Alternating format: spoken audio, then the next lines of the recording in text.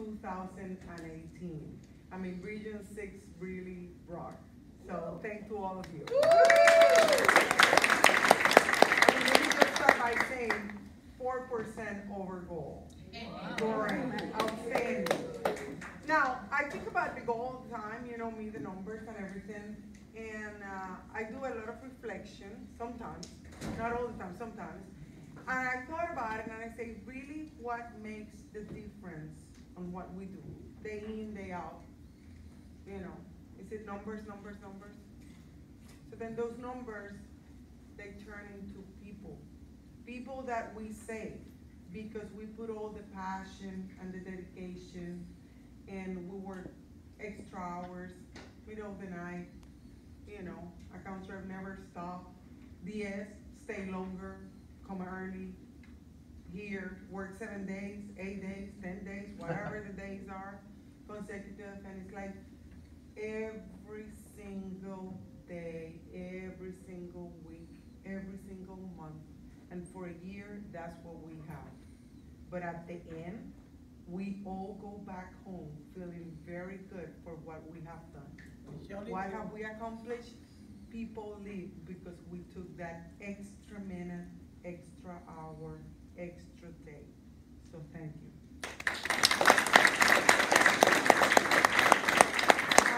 Actually, on behalf of Lance Reed and Mike Rogers, they couldn't be here today. They told me to say thank you, that they really appreciate the work you guys have done.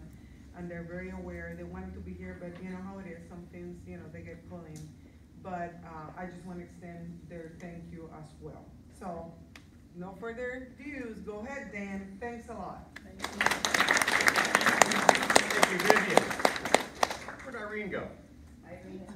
I'd like to have Irene come up and share a little reflection.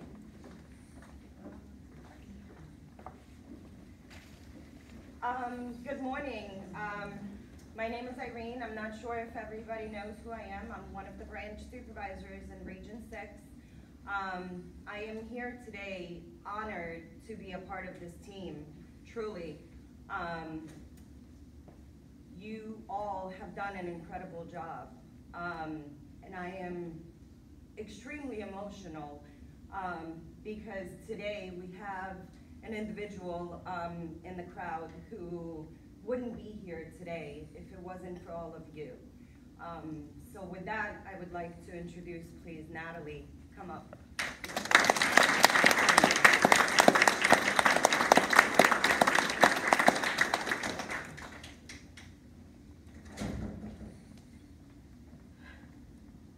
Good morning. Good morning. My name is Natalie, and I'm a recipient of several blood and platelet transfusions due to my diagnosis of AML leukemia. I was asked to come to speak to you guys today to let you know how important your job is and how vital you guys are to people like myself and many others that have diagnoses like mine where you need transfusions. Before I share my story, I'd like to read an essay to you that I was introduced to 11 years ago when I had my son, who was born with a chromosomal abnormality. And little did I know that I'd pull this essay out 11 years later. The essay is called Welcome to Holland by Emily Kingsley. When you're going to have a baby, it's like planning a fabulous vacation to Italy. You buy a bunch of guidebooks and make your wonderful plans. The Colosseum, the Michelangelo David, the gondolas in Venice. You may learn some handy phrases in Italian. It's all very exciting. After months of eager anticipation, the day finally arrives. You pack your bags and off you go. Several hours later, the plane lands. The stewardess comes on and says, "Welcome to Holland." Holland, you say? What do you mean Holland? I signed up for Italy. Why are we in Holland? All my life I've dreamed of going to Italy. But there's been a change in the flight plan. They've landed in Holland, and there you must stay. The important thing is that they haven't taken you to a horrible, disgusting, filthy place. It's just a different place. So you must go out and buy new guidebooks, and you must learn a whole new language, and you will meet a whole new group of people you wouldn't have met otherwise. It's just a different place. It's a slower pace than Italy, less flashy than Italy, but after you've been there a while and you catch your breath, you look around and you begin to notice that Holland has windmills. It has tulips. But everyone you know is busy coming and going from Italy. And for the rest of your life you will say, yes, that's where I was supposed to go. That's what I had planned. But if you spend your life mourning the fact that you didn't get to go to Italy, you may never be free to enjoy the very special and very loving things about Holland. This essay really hit home again for me because it's about the inside of the diagnosis, acceptance, and understanding of what I had to face last April. This insight gives the essay gives an insight to my life, and it's starkly different than what yours may be, and I'm reminded that it's just as meaningful, even though I'm not a typical parent or a person without a disease. Little did I know that I would again be pulling out this essay again and sharing it with you today as part of my journey these past 8 months. Now for my story. On April 23rd last year, in 2018, I had a bump below my eyebrow. I thought it was a clogged pore, a tear duct, something, but it was ugly. I didn't want it there, and I had to go to my doctor for a referral. I went to my doctor for the referral, and at that time, since I was there, I had mentioned to her how I was having some fatigue. At that time, I was teaching Zumba classes, and I was experiencing fatigue that I wasn't normal for myself. I asked her if we should run some blood tests and just see if something was out of whack, because I felt something was just not right.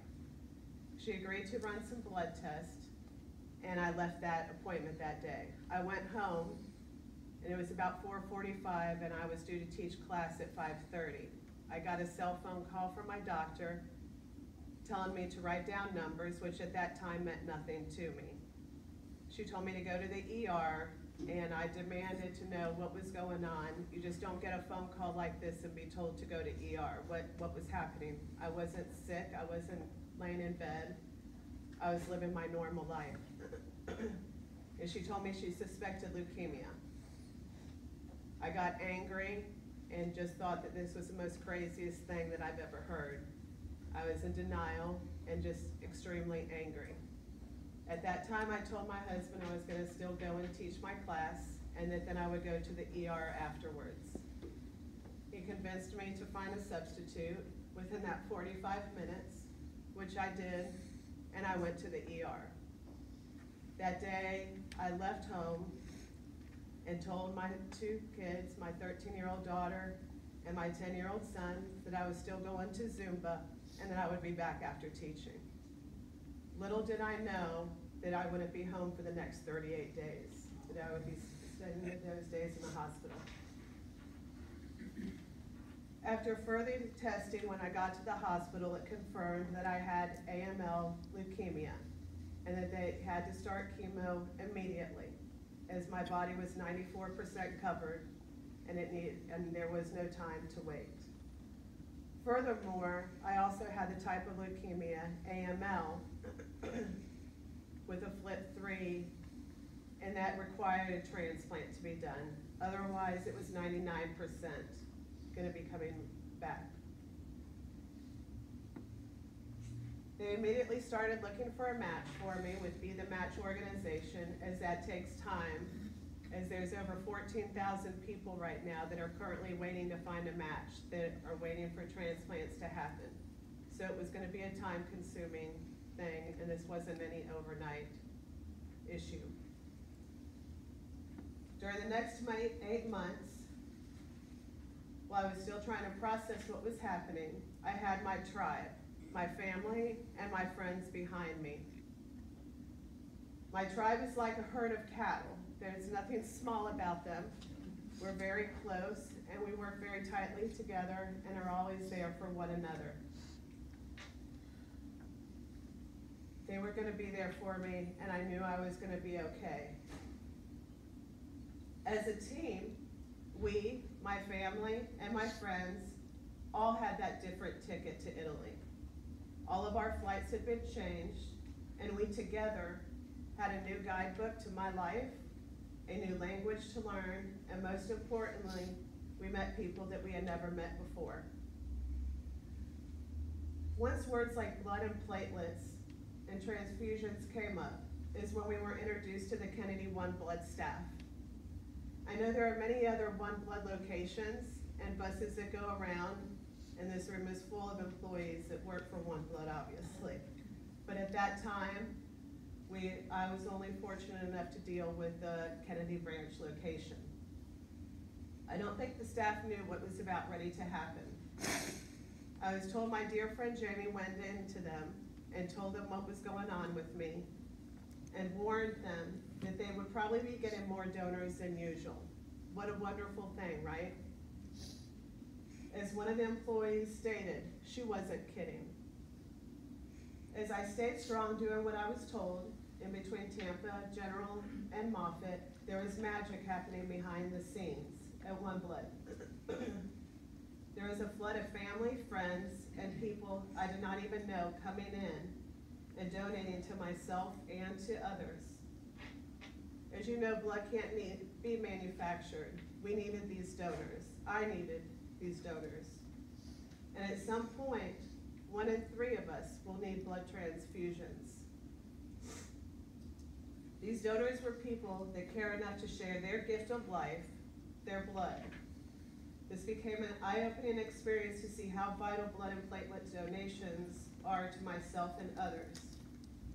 During this time, the Kennedy staff became an extension of my support system. They got to know friends of mine, family of mine that came in for donations. They knew people on a first name basis. They were always asking how I was, and even was sending cards to the hospital for me. You could tell that it was a part of these employees' lives, that they're affected by people like myself, and that it's not just a job to them.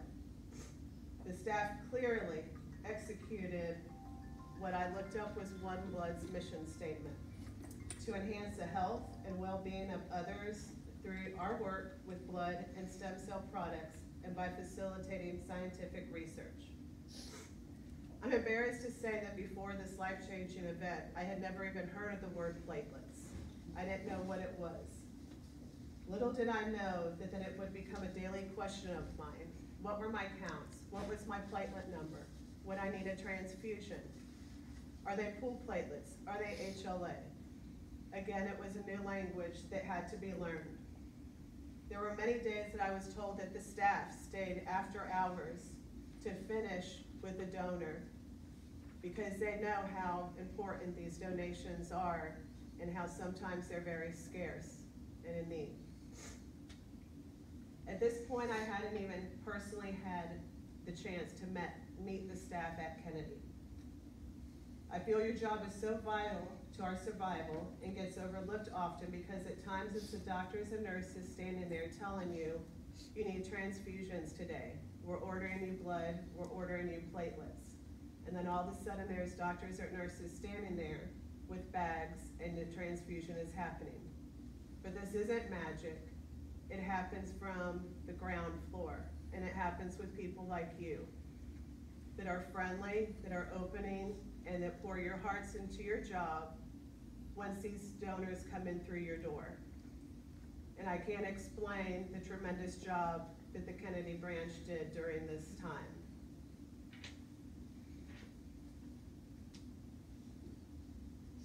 The staff even got to meet my dad, who's personally here today. And he gave them a run for their money.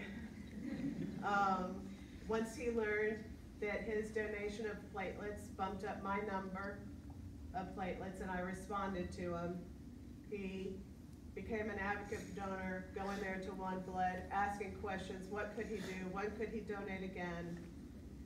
And I'm sure they got very tired of him coming in there and asking them. But he kept him company, and he brought him donuts. And it was a small thing that he could do for other people besides myself. And he got to meet great people by doing this. And they helped him understand the whole process even more so. It's a little bit difficult at times when doctors and nurses are telling you what's happening and what you're gonna need. But the staff was very, very good in helping to explain to him what was happening, the whole process, and donations. And I just really appreciate you doing that. In between my hospital stays, I had the privilege of going and visiting and meeting the staff finally.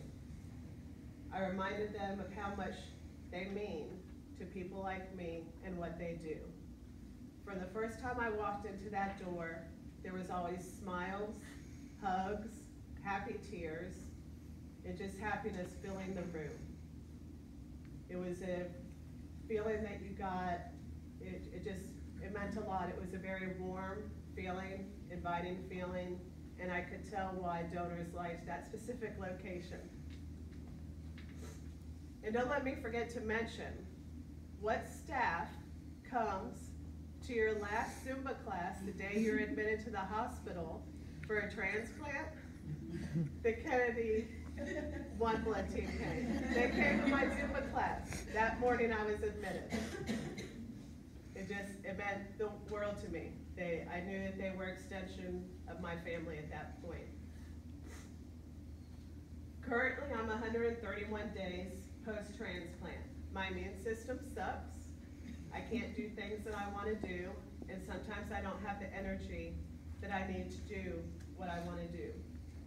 The first 100 days was extremely vital in making sure the transplant took. The donor's cells, that my body accepted them. I stayed in a little bubble and reduced the amount of people I was around. I had to limit the time with my kids, stay around sickness, and try to stay as healthy and take care of myself as much as possible. So I'm 131 days past at that point right now. There are many reasons why I want to share my story and why I feel so strongly about it. First is to take care of yourselves.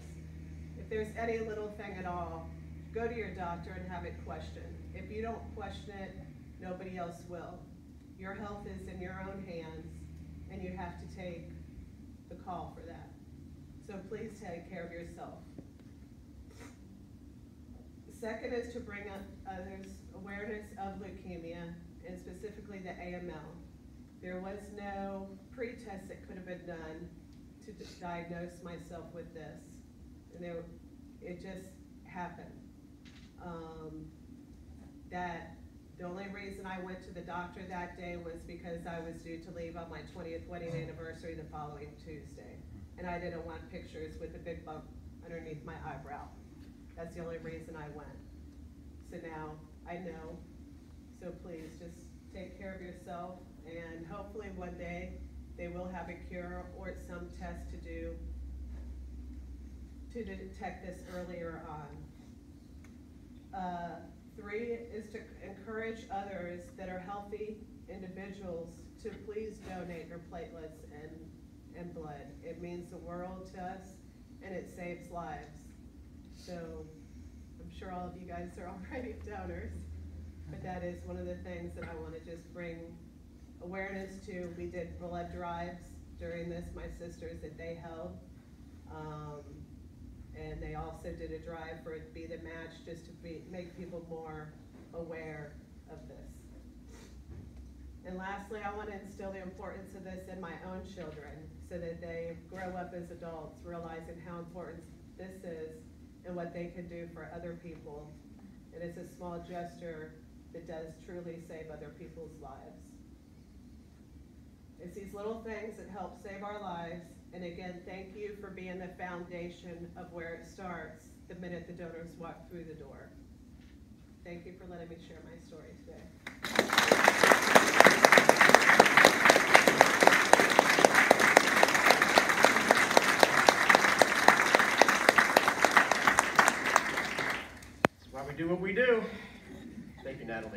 Thank you, family, for being there for her. And donating as well. Okay, I think we need Vivian to come back up again. Keep you busy, girl. Now, they say the difference between ordinary and extraordinary is that little extra.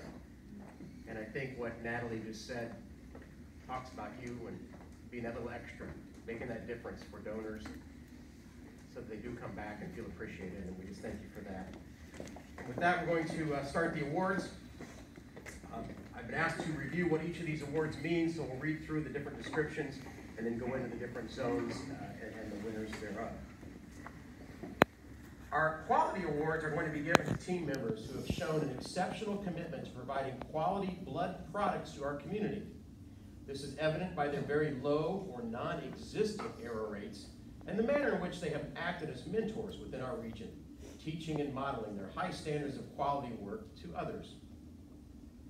Our internal customer service awards will be given to those team members who have shown they are truly dedicated to their teams and our organization. They are our team members that we know we can count on anytime we need help. Whether it is covering a shift or taking care of a task, they are always there to support us and truly work for the good of our organization. Our external customer service awards will be given to those team members who our donors write in and tell us the most about.